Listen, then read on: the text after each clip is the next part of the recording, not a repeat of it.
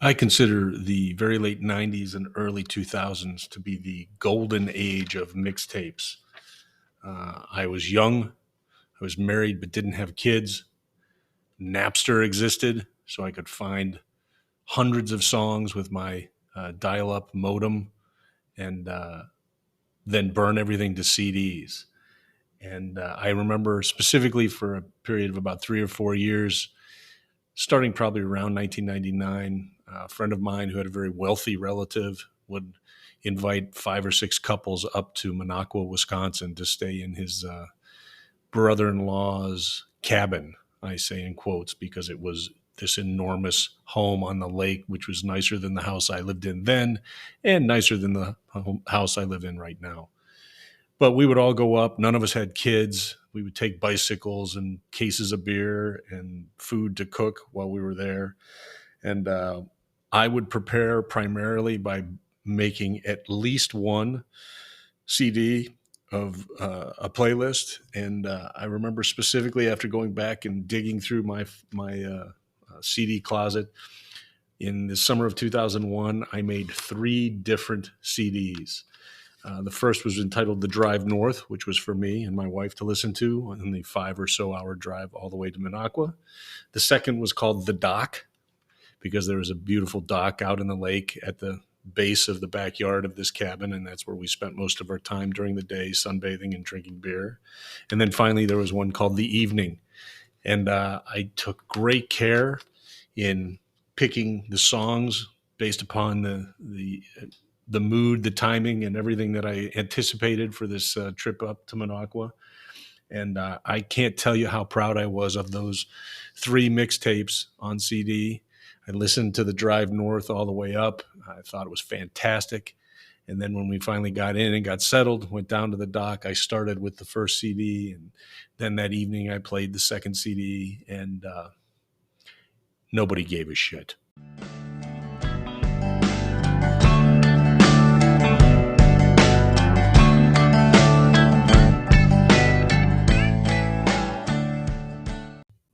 You're listening to Third Song In with Chris Derrickson and Tom Polachek.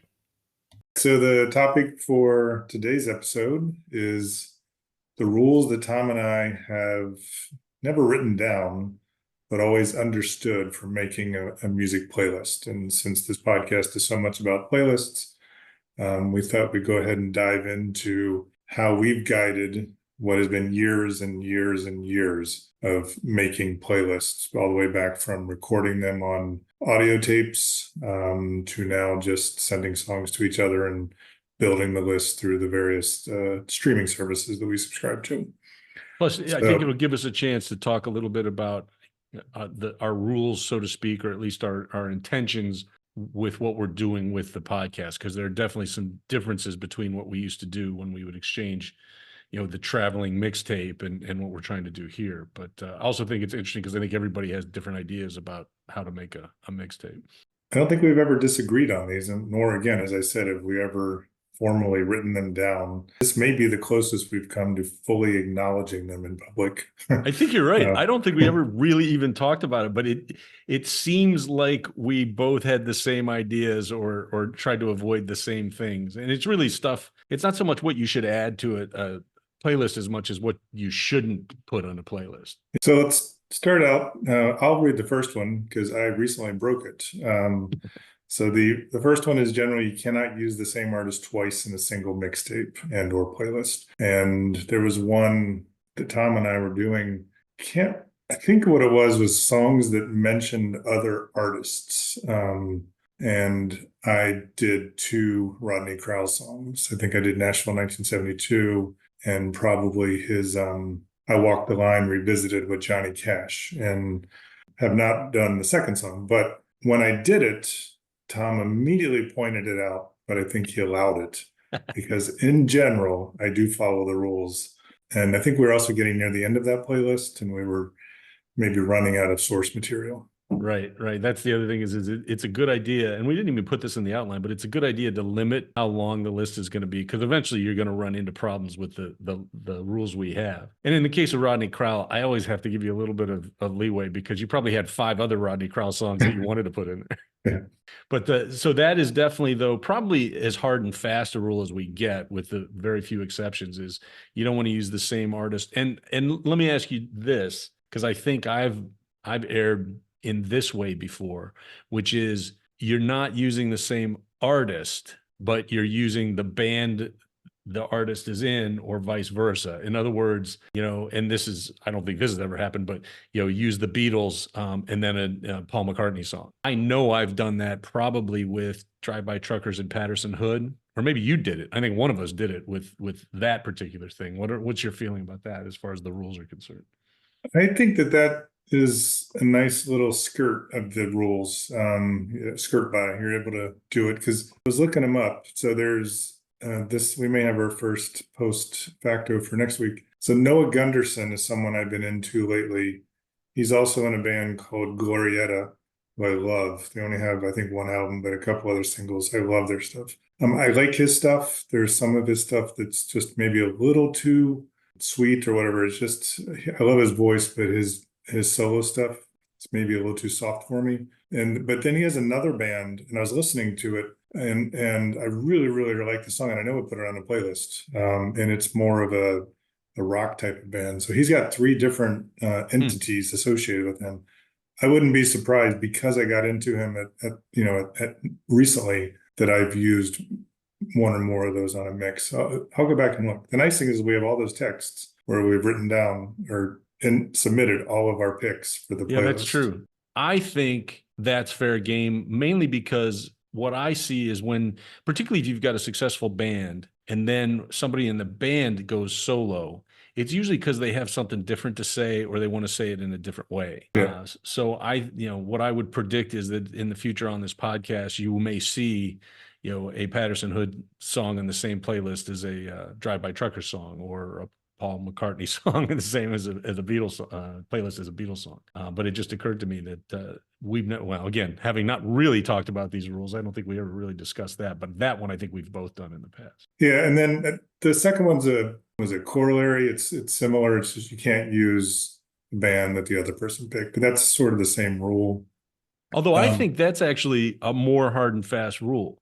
Like, to me, I can see you get to the end of a playlist and you want to pick somebody you already picked, or again, especially if it's in a different incarnation, like a different band or something like that. But I definitely try never to pick an artist that you've picked. And in fact, if I think back about it or look back at old playlists or text messages, I don't think I'm comfortable picking a band or an artist that you did in the last playlist even. Like, there's got to be a larger gap in time for me, I think, to use it. Well, I'm going to spin this one a little bit. A variation on that is you and I both have the artists that we associate with who we either discovered or are hardcore fans of. So me, it's Seeger, and there are others. You, it's Springsteen, and of course others. Lately, it's been like, for example, when we did the Melancholy playlist, you gave me a chance. You're like, I will give you the first pick because I have the most perfect song ever. But I will give you the chance, which I should have read into.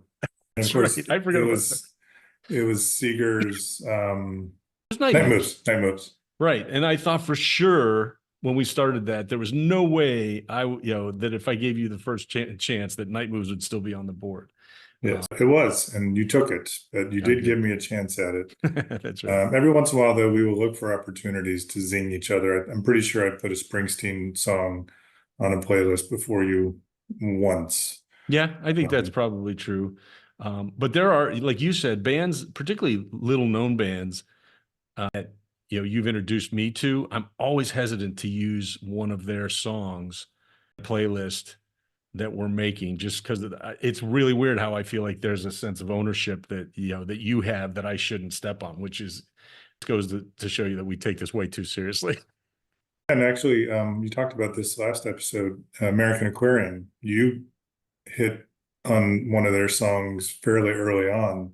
And at first I was like, damn, when did I tell him about them? Because I don't remember telling you about them.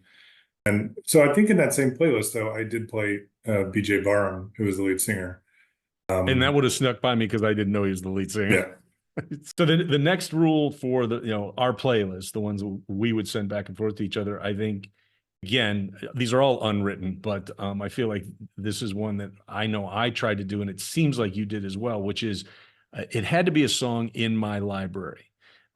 In other words, because we do themes, we all have always done themes like that, and there are times where I'll go look, I'll Google the theme and see what comes up under, I don't know, train songs, but I've never put a song on a playlist for a theme that I didn't have in my own library before we started the playlist. Agree with that one. With library being sort of a changing terminology. It used to be you'd have to download stuff or you'd have the CDs.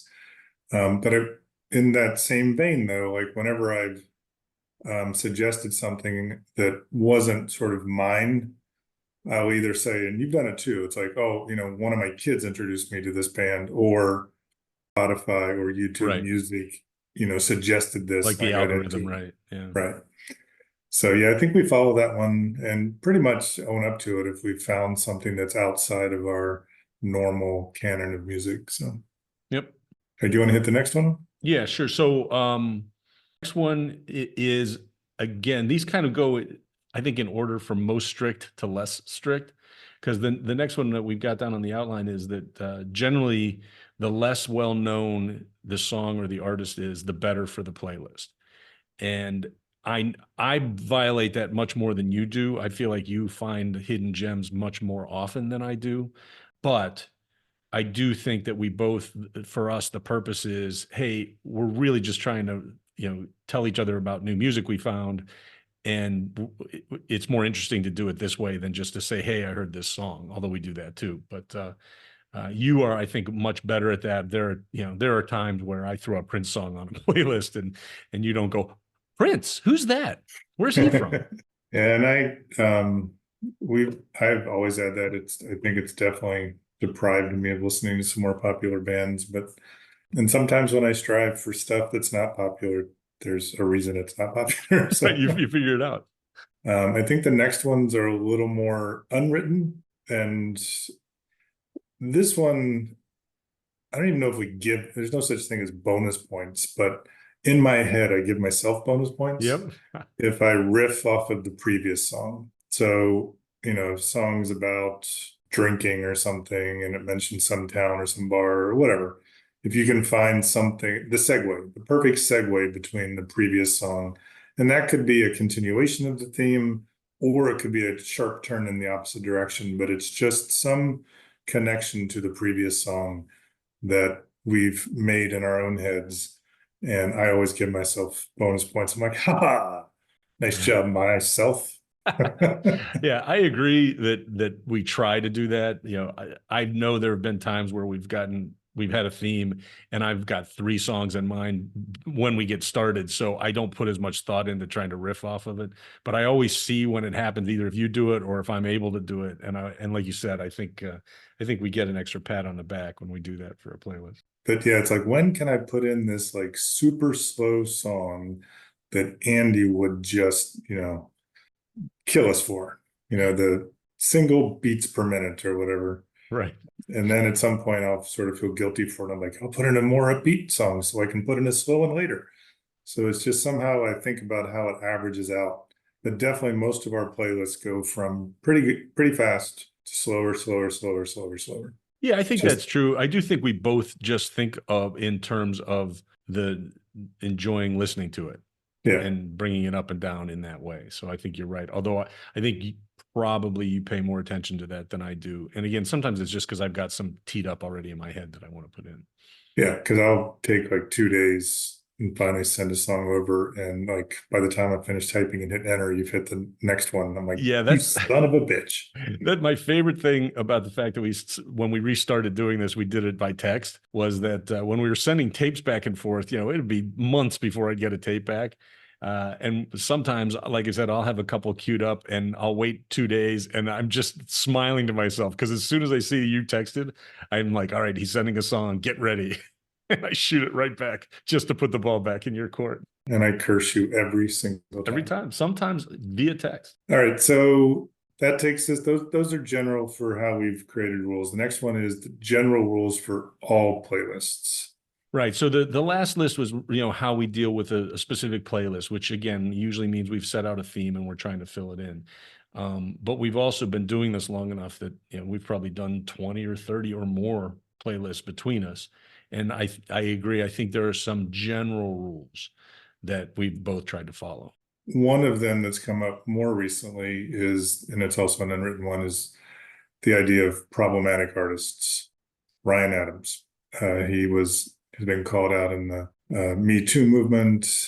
Sounds like he's a total jerk. I would have tons of Whiskey Town and Ryan Adams songs.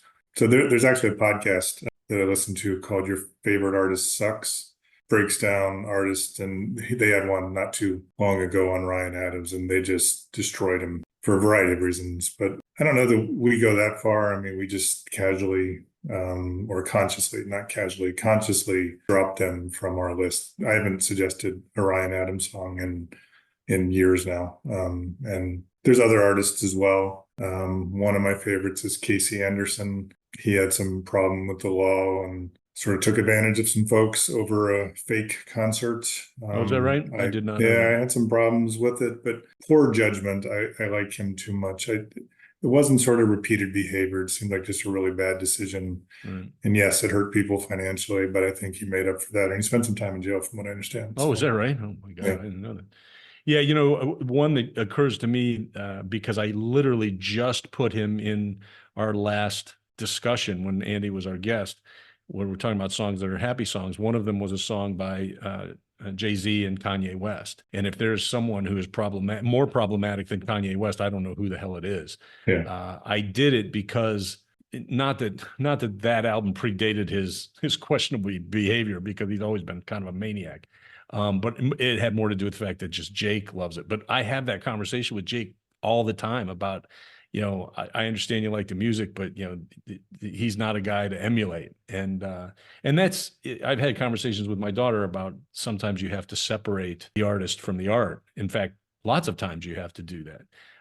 But I also still, even with that thought, and even because, although I love Whiskey Town in particular more than Ryan Adams as a solo artist, I love that band. I will occasionally listen to Whiskey Town songs, but I don't recommend them to people. I don't put them on playlists as far as that goes. I skipped this one. I apologize. I jumped right to the more controversial one, but the idea is, we can repeat artists. We've talked about that, but definitely not songs. So if we're going over years and years, of course, I will have, several drive-by truckers and, the bands that we just listened to, you with Lucero and others. But for the most part, we avoid repeating the same song. So even if it's the same artist, we'll go 3, 4, 5 songs deep into their repertoire versus repeating the song. There's some lists we do that are a little bit more targeted, right, and there may be like the most perfect song and you've already used it in a playlist. But I would argue this, it's not usually a consecutive playlist. It's usually something that's been used, several years before. So right. I agree. You still got to try to hold off on that, because then it just becomes a little too easy as well. So that's sort of the point of our themes, is makes it a little more difficult and introduces both of us to different songs, different artists. Right. And the idea is, it's very fair, I think, to repeat artists in different playlists, only because most of the people we listen to are still putting out work. So you get a new song, as far as I'm concerned, that's fair game. If it's a great song and it fits with whatever we're trying to do at the time, then I think, I'm all for that. And I think that'll happen actually in this podcast too, just because, a lot of the bands we like are still cranking stuff out. So. And then the last one is only semi-joking. I usually have no more than one female artist per playlist. But yeah, there's something genetic there. I don't know what's going on with that. Yeah, well, I do. I mean, I've said it before. Some of this is pathetic. Like, I pick a lot of people who I can imagine me singing the songs, because, I should have been a rock star. Sure. And it's a lot harder for me to imagine singing as a woman, despite what some people think. But so but I've become more and more, and I think even the women that I listen to have an edge. Like Andy pointed out, that Pink, sounds like she's gargled some gasoline. So I have those who, they have to still have that rough voice.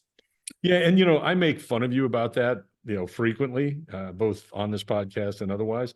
But I will say that I kind of do the same thing. I mean, if you look at my picks for playlists as you go back over the years, it's definitely a higher percentage of males, and I never really put the thought into it, but it's probably the same reason. It's probably because I like to sing along, and I don't have a high enough voice, or a nice enough voice maybe for a lot of female singers. But I also agree with you. One of the more recent female singers I really like is Morgan Wade, and she's got a really strong voice, but it does have an edge to it. And one of my all-time favorite singers is Janis Joplin, who she doesn't sing like any human of either gender, as far as I'm concerned. I'm still going to make fun of you about it. Yeah, and Melissa Etheridge was one when we were in living together. Same thing with her voice. Very All right, so. so then rules for the podcast playlist. So we obviously pick 2 songs each week. Each one of us picks one, and we try to honor all the original rules we've already covered. In fact, Tom does a great job of documenting the episode outlines. I go back and hit Control F. Tom now knows what that means. To look to make sure that I haven't used either the artist right now or the songs, of course, even though we only have around 26 songs or so far, 20 from season 1 and 6 so far for season 2. So with my failing memory and my advancing age, I have to make sure that I don't break the written rule or unwritten of repeating artists, and definitely not repeating songs. Of course, we have to pick songs that relate to the episode theme. That can be a loose one in the same way that we can justify that segue that gives us bonus points. We have to justify that connection. And for the most part, I think we've done a really nice job. And then the last one is when we're on Spotify and we're playing the songs, they don't always have some of the songs, especially since Tom and I listen to some, somewhat obscure artists. There was an example of the Gear Daddies. One of our favorite songs, I think we were both surprised, was not on Spotify. So even though Tom mentioned that as a choice, we ended up having to go back and make a change. So I had to replace it because of that. That's when we both learned that we have to check Spotify before we make our recommendation for our playlist. It's even more dicey or different because we're not only on Spotify as music playlists. We've got music playlists on at least 3 other platforms at this point. And all of them have different rules and different access, I guess, to music. For the time being, we're going to use Spotify as our gauge. So if it's not on Spotify, it won't be a recommendation for the podcast playlist. Although we may make a recommendation, in our then and now recommendations for a song that doesn't show up on Spotify, because that's kind of a different animal, at least as far as we're concerned. All right, and then we keep going down this. I always forget what the term is. Like a funnel or a funnel. That's it. Perfect. Should have talked to you earlier. So we keep going down the funnel. We make recommendations, then pre-2000, now 2000 and since. We relax those rules a little bit, but I think we still try to follow them as much as we can. So for example, I would never pick a song for then or now and then pick the same artist for the playlist, at least in the same episode. It gets I think it gets a little interesting because, when we make our recommendations for then and now, we're not always, in fact, in my case, not often picking a specific song. Many times my recommendation is either for an album or, again, potentially a book, a movie, a TV show, whatever it may be. But, the best example for me is I just recommended a single song last week's podcast, I Love It song. And I thought about recommending the whole album, which is Pontiac, which I do, by the way, recommend. But I thought about recommending that album as a then recommendation, but then recommending the specific song for the playlist. I decided not to do that because I felt like it was too close to breaking the rules. So. Yeah. And then last but not least, and we've had this twice, we've had guests on the show, and all the rules go out the window. Sort of. I think what we do is we try to come up with our separate playlists, and then we do a quick compare. And if there happens to be overlap, I think we would change the artist. But for the most part, we try to loosen up a little bit. All right, that brings us to our question of the week. We have one from Jonathan calling in from Yeehaw Junction, Florida. What has been your favorite playlist theme over the years? We've had a lot. Do you want to kick this one off? Sure, sure. So we do have a lot, and I started digging through some old CDs that I burned, and I was looking for the cassettes because I know I have them. We probably have half a dozen cassettes that traveled back and forth across the country, but I couldn't find them. We restarted our traveling playlist via text, probably about 3 years ago now, something Yeah, like that. roughly, yeah. And frankly, my favorite one since we restarted it is relatively recent. And I called mine the mashup list. I don't think we made a decision on a theme, and you just started one. We had finished one. We were just tired of whatever theme we had gone through, and you said, "Well, I'll just start another one." And so you went first. Your song was "What's His Name" by Wussy from Left for Dead, which was not a song or a band or an album I'd ever heard of. I decided to respond to that, to the song "What's His Name" with the song "Nobody" by Old 97s. You then said "Nobody Speak." Then I said "Speak Plainly Diane" or "Speak Plainly Diana" from Joe Pug. And you said "Say Anything," and I said "Say You Will." And we did about 30 songs that just mashed up, just basically played primarily off the title. I think they were all off of the title as opposed to the subject matter at all. But I had so much fun doing that one that I was kind of going to suggest that you and I might want to start one of those again, just because that one was a blast. It was really fun to look for something that fit all our rules, that was relatively unknown to the other guy, we hope, but also match up by the title of the song. So that's probably my favorite of all time. It's certainly my favorite of the last 2 or 3 years. Yeah, and as we often do, we have the same thoughts. That was because that was unspoken. I mean, we just did it, and that You're right. was really because I think one of us said, "Are we gonna have a theme?" It's like, just see how it plays out or something, and it just built up. But instead of answering that, the ones that I've had the most fun with are maybe not the most creative per se because it's kind of obvious, but we've done alphabetical by artist name and alphabetical by song title. Yep. And the artist one was particularly hard because not that it was hard to find it. It was like you'd have to be strategic because you could use either first name or last name or band name, but you'd have to think about where you'd want to use someone who might fall into one more than one place. So, but same with the song, like you'd certain parts of the alphabet, like H or G, the more common letters, you got a lot of choices. So it'd be easy to pick from two or three. And then, you get to Y and Z, and it's like, holy shit, where are we going? I remember having trouble with J because we did it Serpentine, right? Like Yeah. we each had to come up with We one. each got to do one song for the letter. Right. So then we go A, I picked the first one, and you'd go A and B, I'd go B and C, you'd go C Right. and D. Yeah. Yeah, I So thought that you were one going to was say. fun. Yeah. I thought you were going to say that one was tough because we can't spell. Yeah, we can't. Well, that's true. Then we had one other one, then I'll move on to our recommendations, but which was religious in theme. And for all those who are, Tom and I just aren't overly religious. So the definition of religion was cool because there's songs that maybe referenced God or something that was religious in imagery, but the songs almost rarely were. So we weren't playing religious songs. We were just playing songs that had religious titles or something that was in the realm of religion. Right, And spiritual in some way. spiritual in some ways. And there were some for sure. Artists that I didn't realize, like I think it was David Rodriguez. He's got a lot of songs that are very spiritual, if not religious. And so those fell in, even though the titles weren't so obviously. So we've had a bunch that I've enjoyed. I'd love to go back to what you call the mashup, or I'd call the Yeah. segue, because those we can give ourselves bonus points throughout it, throughout the whole thing. So I just to comment on the spiritual religious one.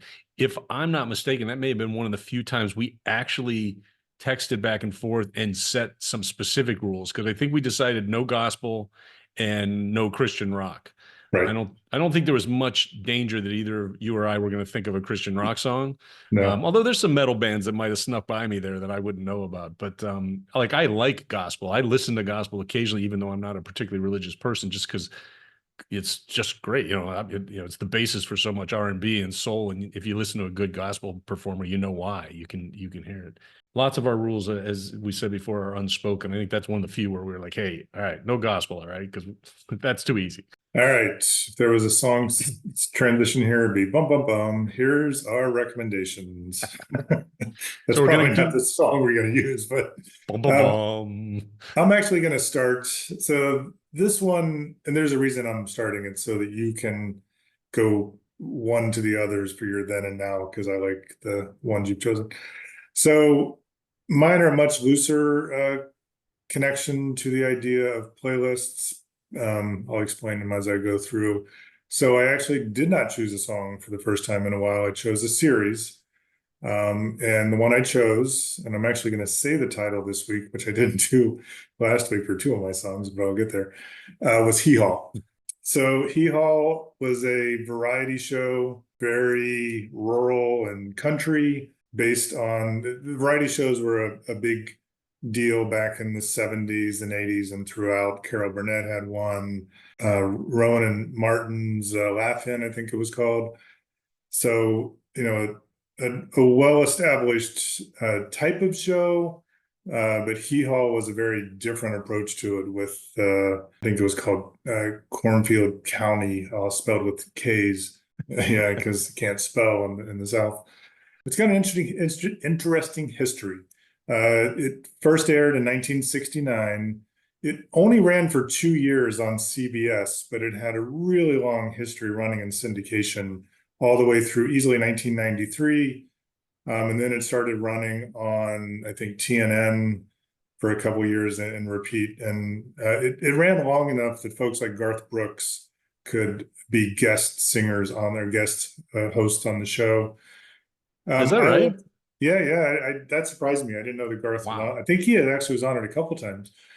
So there's two reasons. One, it's got a cool history. It replaced what I thought was a really great show, the Smothers Brothers show, which is again a variety show with the two comedian brothers. What they enjoyed was really pushing the CBS censors. So ultimately, it was the censors that did in the Smothers Brothers, and Hee Haw was what replaced the Smothers Brothers mid-season.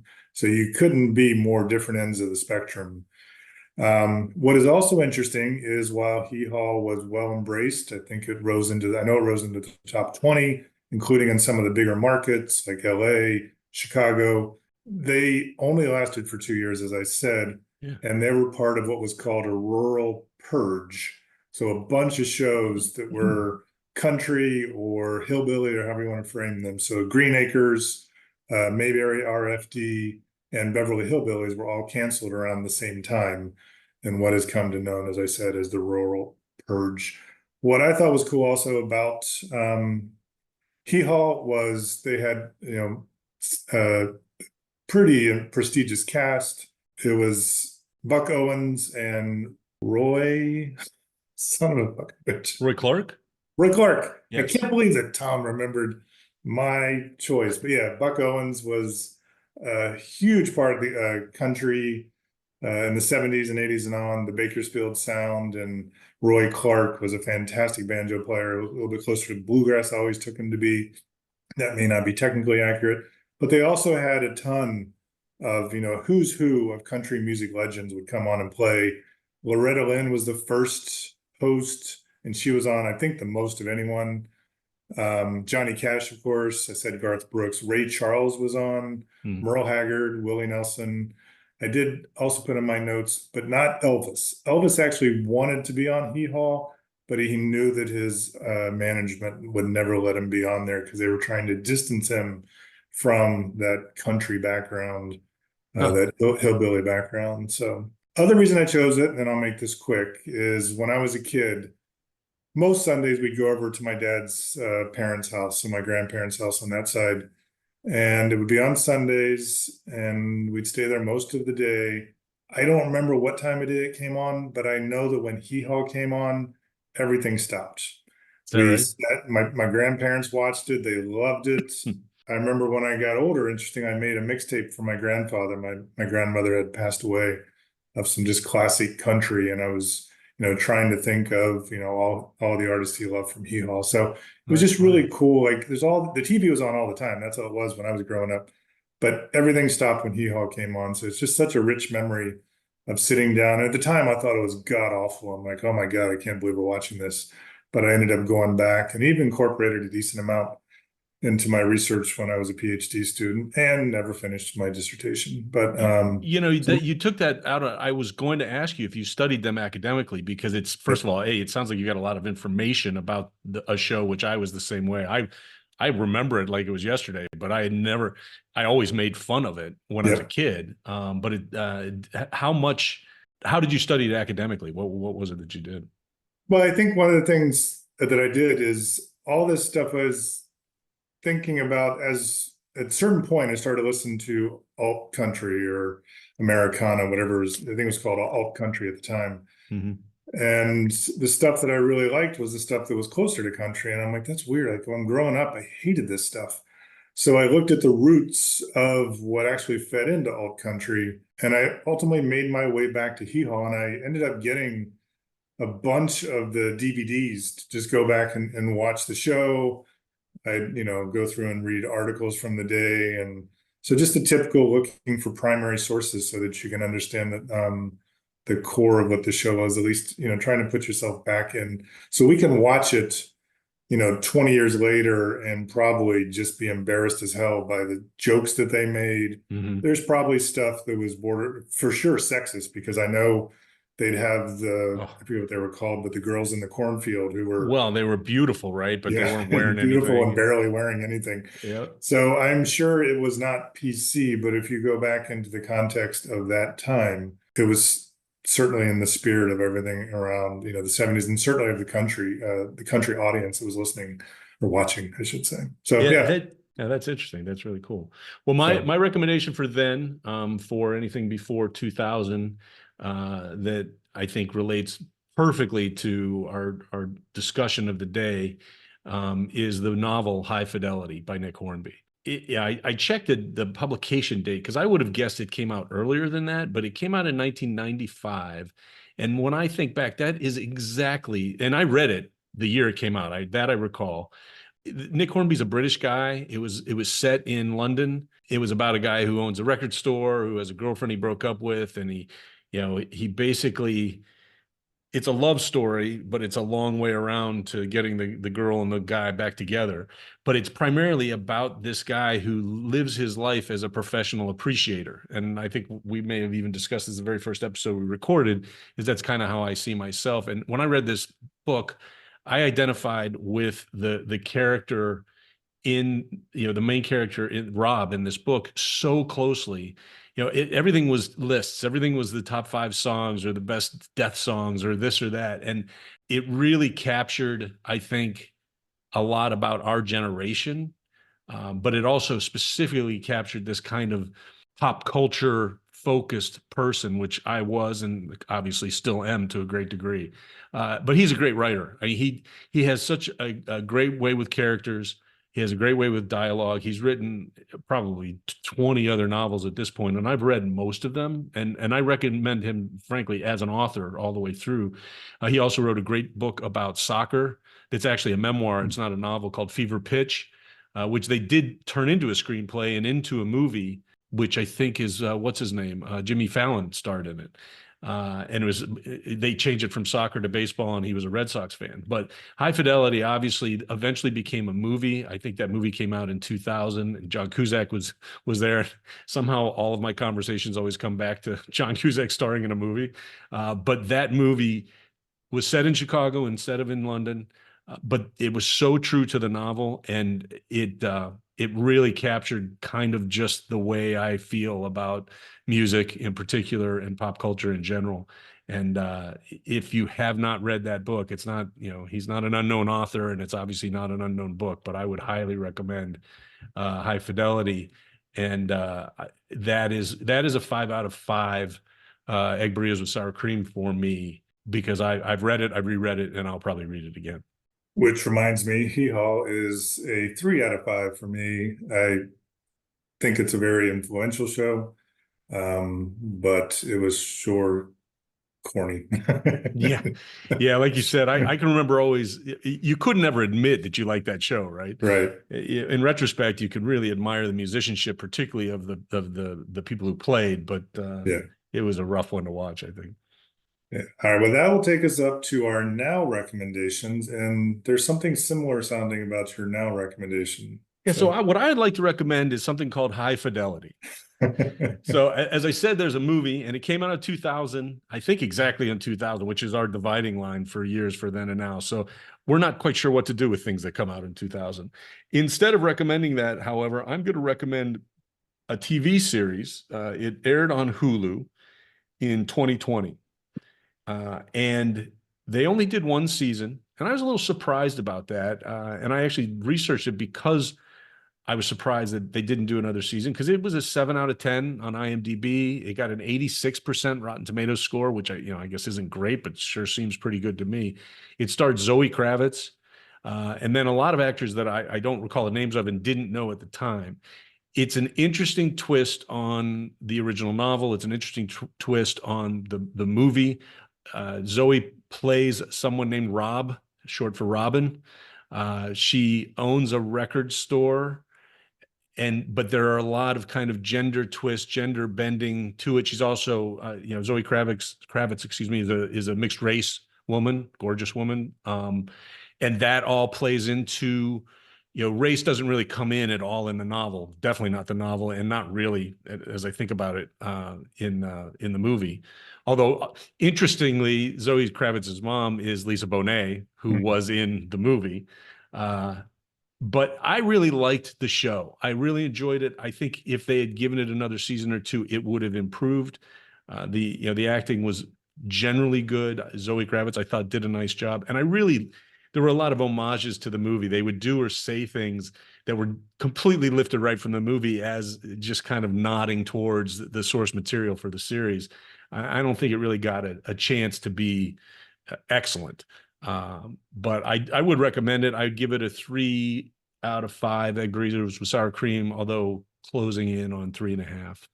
nice. I do not know that series, but we'll check it out. Of course, I never read the book, but I did see the movie for High Fidelity. All right, so I went my usual route and chose a song.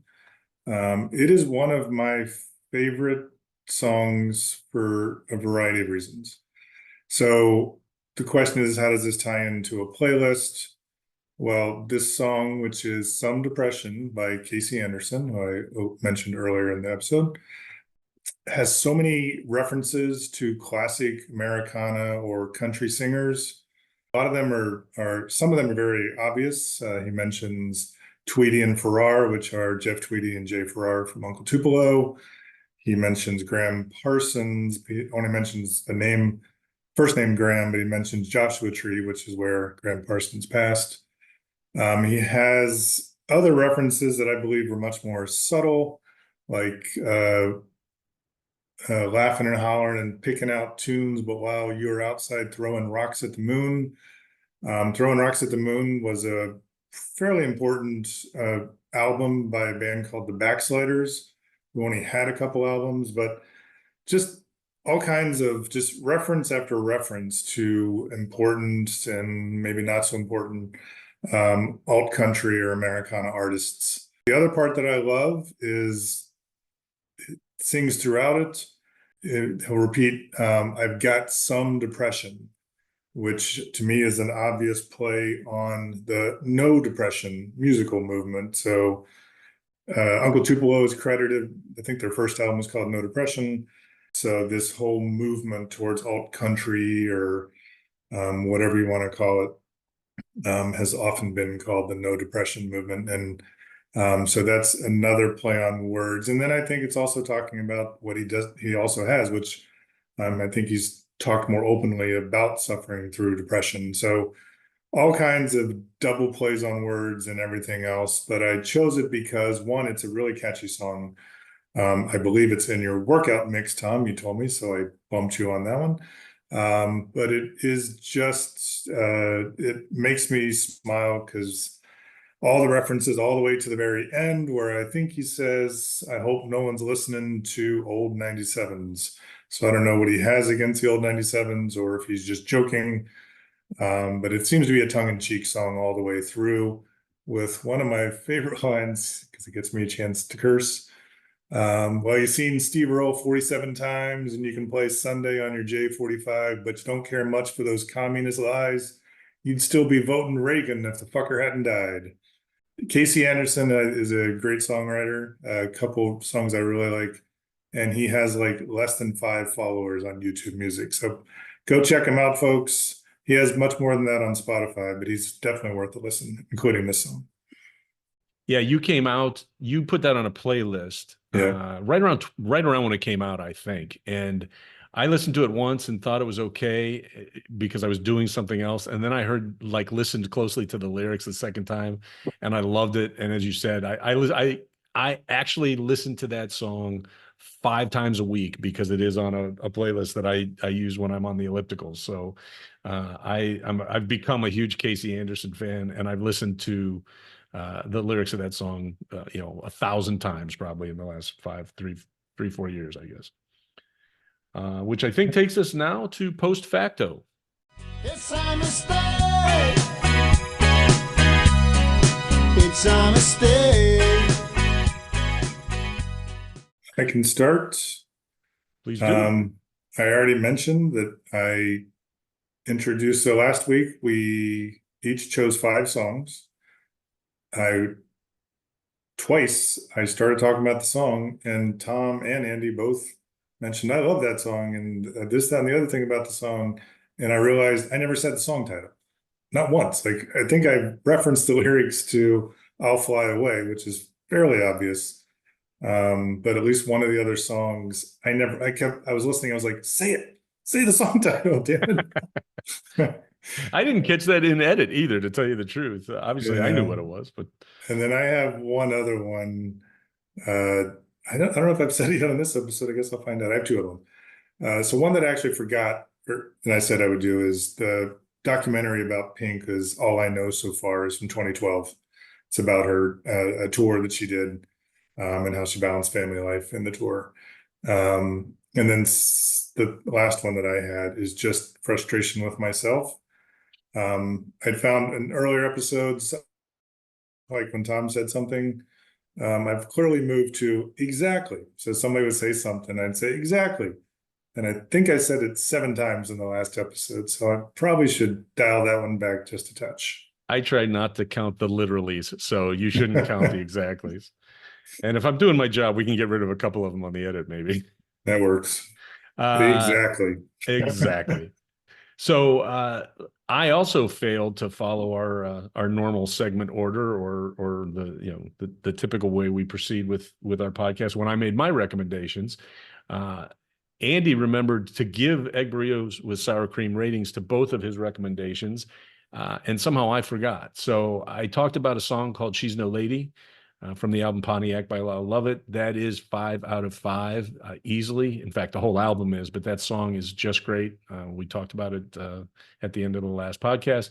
And I also recommended The Good Place, the television series, which is probably in my top 5 all-time sitcoms and also deserves a 5 out of 5. So you could probably tell from the way I described those 2 things in the last episode, but we've got rules, right? That's the whole point of this episode. So I want to make sure I caught those. And then finally, there are some issues that we have. This isn't really a mistake on either of our part, but as we've expanded the podcast and the playlist to various platforms, sometimes the platform we use does not have the songs we recommend, either as recommendations from then and now or for our playlist itself. So, for example, I recommended Fireman's Wedding for the season 2 playlist. That is on this playlist for Spotify and on my iTunes playlist, which is available publicly, but it isn't on Amazon Music. And for the life of me, I don't know how these different platforms have rights and don't have rights to different songs or different albums. But if that happens, as it did with Amazon Music, we'll just use a different song that was also mentioned in the podcast as a recommendation. So in this case, because of the way we did it, we didn't put Fireman's Wedding on the Amazon Music playlist.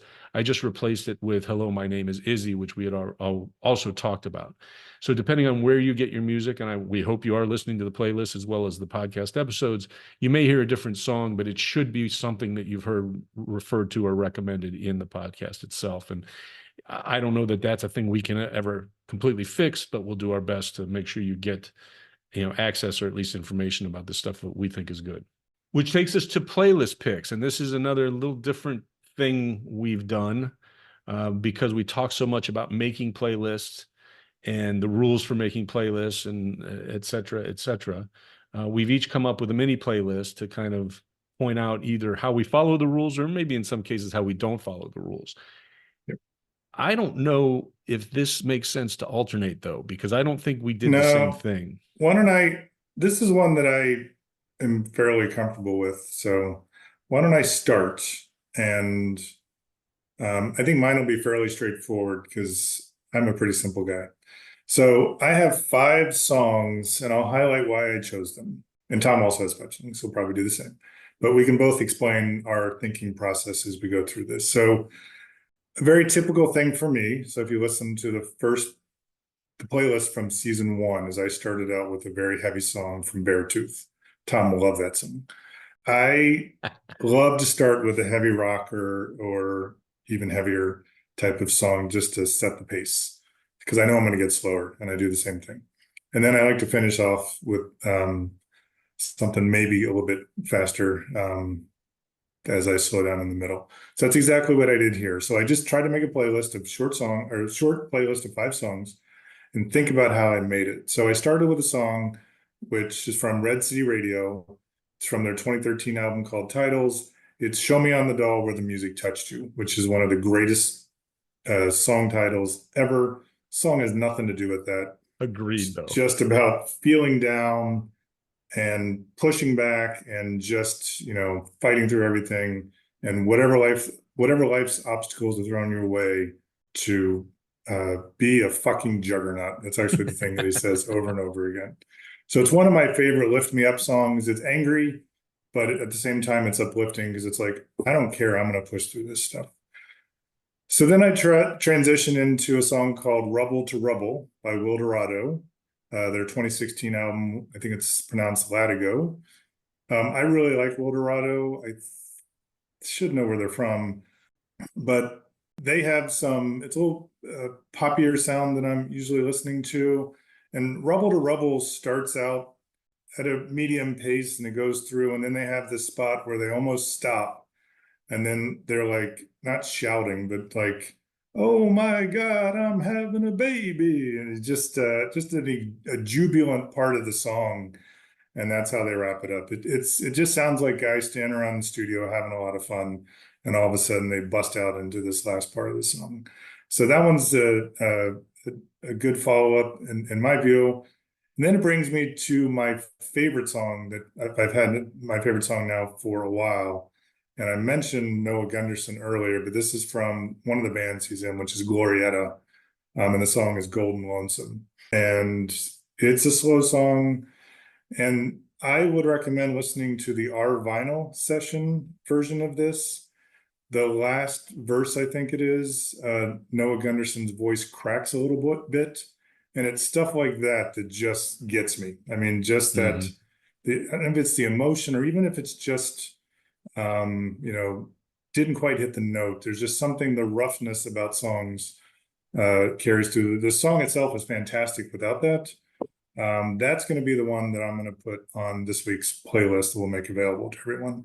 It's right smack in the middle of my list. So my 4th song then is a song from an artist that I'm really getting into the last 6 months or so, Jeffrey Martin, and it's Sad Blue Eyes.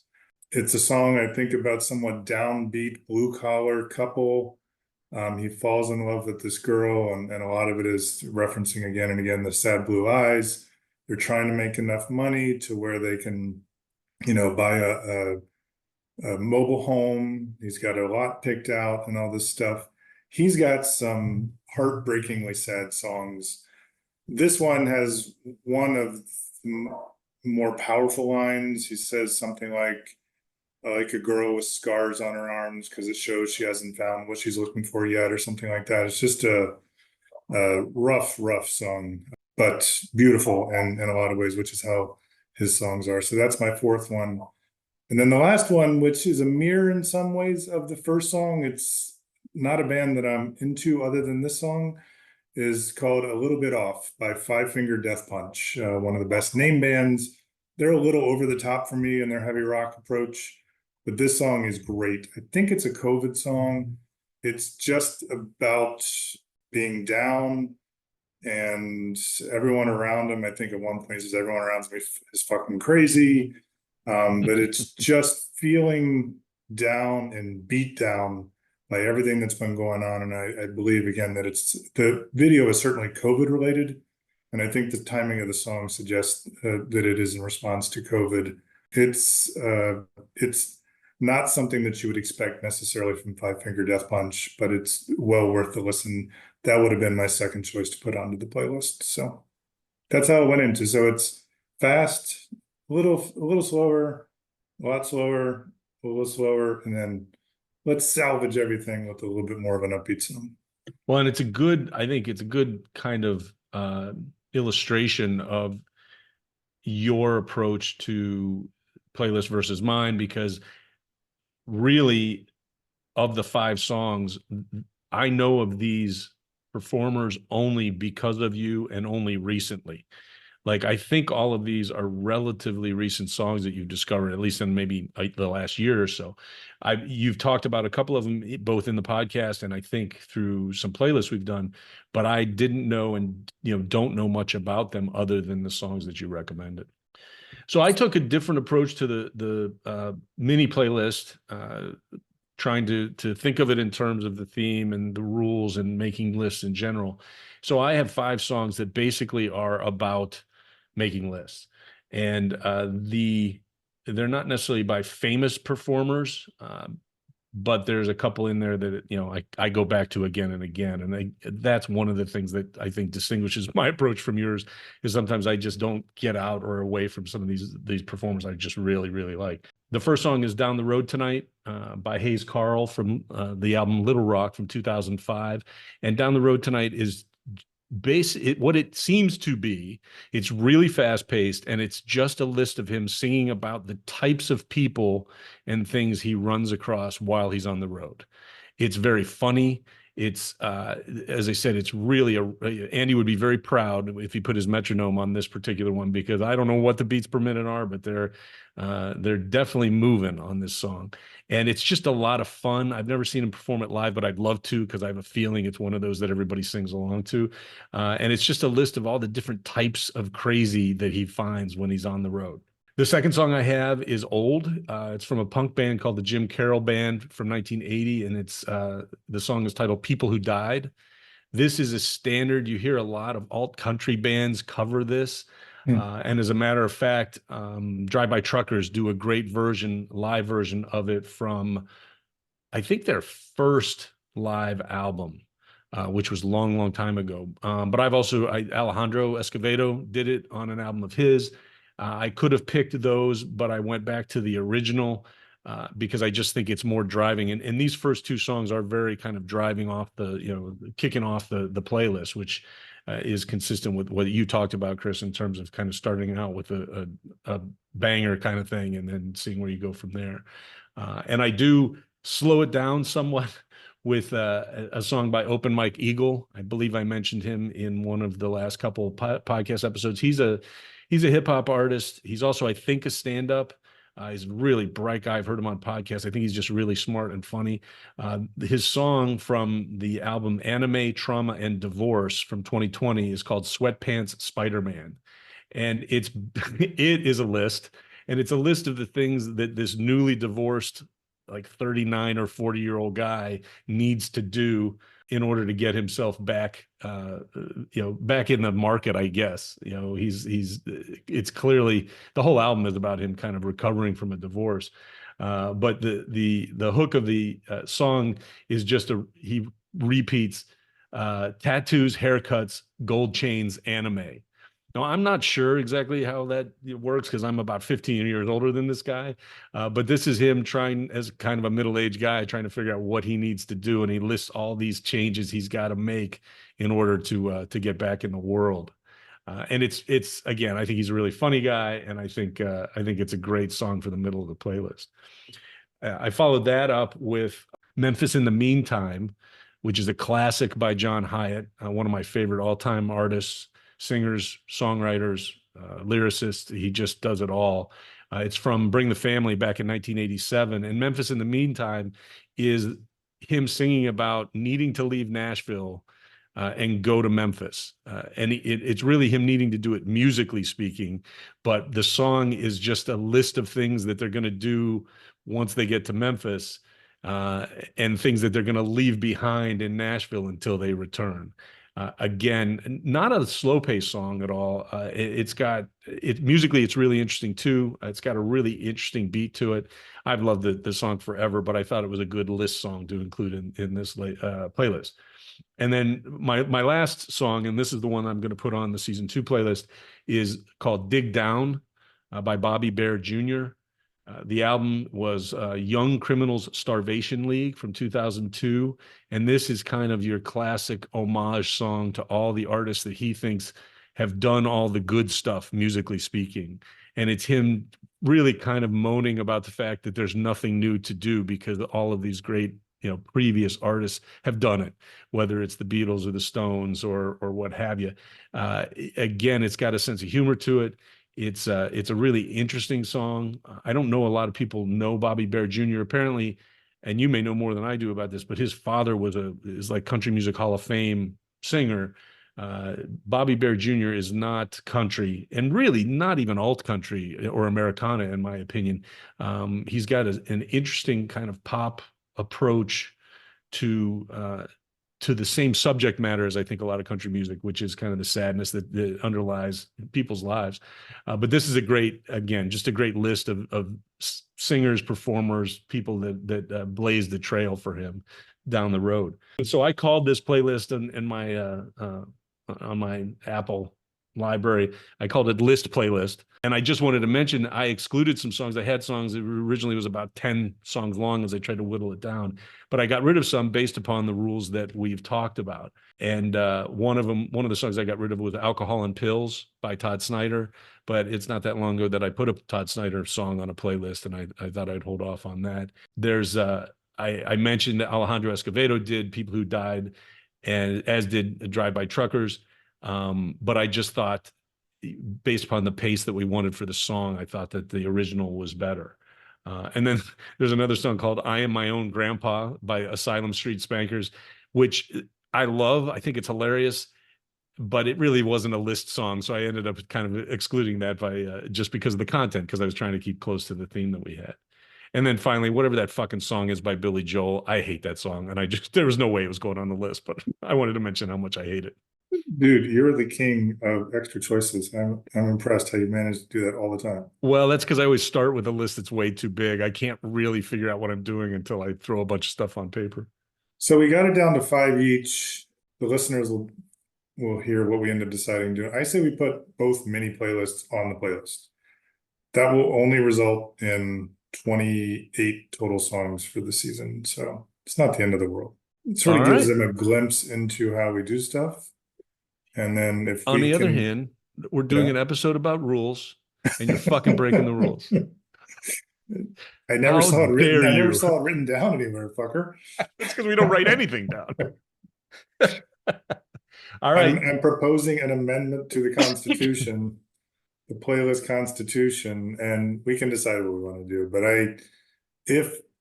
first off, this is a good segue to the website. So the website is finally up. Woo!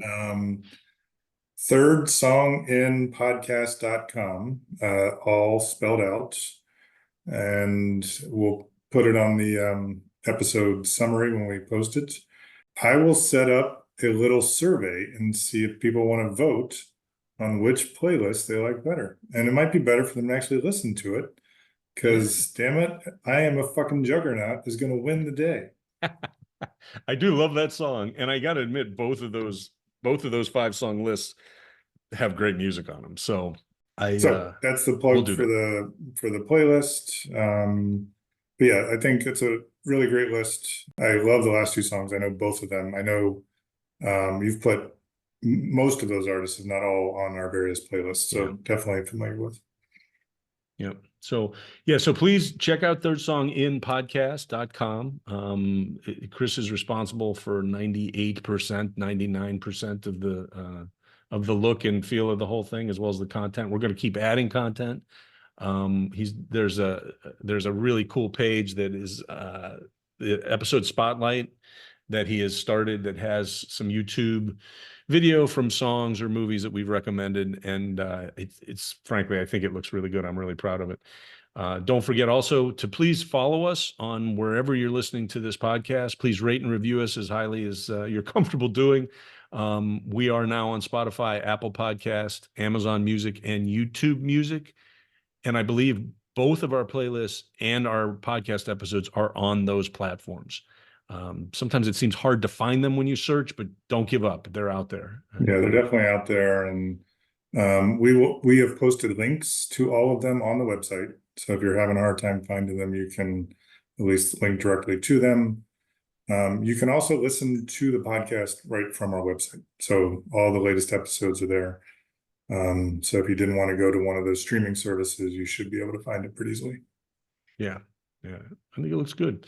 And I don't know if we ever mentioned this, but we have a running bet going Yes. regarding the color scheme of the website. So Chris had to accept black and gold for at least the next year because the Steelers finished with a better record than the Bengals. And if the opposite happens next year, which, you know, it's unlikely, but I mean, it could happen, then we're looking at orange and black. So, but I guess I'd also say if you have any recommendations, you can contact us now. There's a contact us page on the website that allows you to email us, and you know, any recommendations, suggestions, anything along those lines, we would really appreciate. Absolutely would. This has been Third Song In with Tom and Chris. Thanks for joining us, and we look forward to seeing you next week.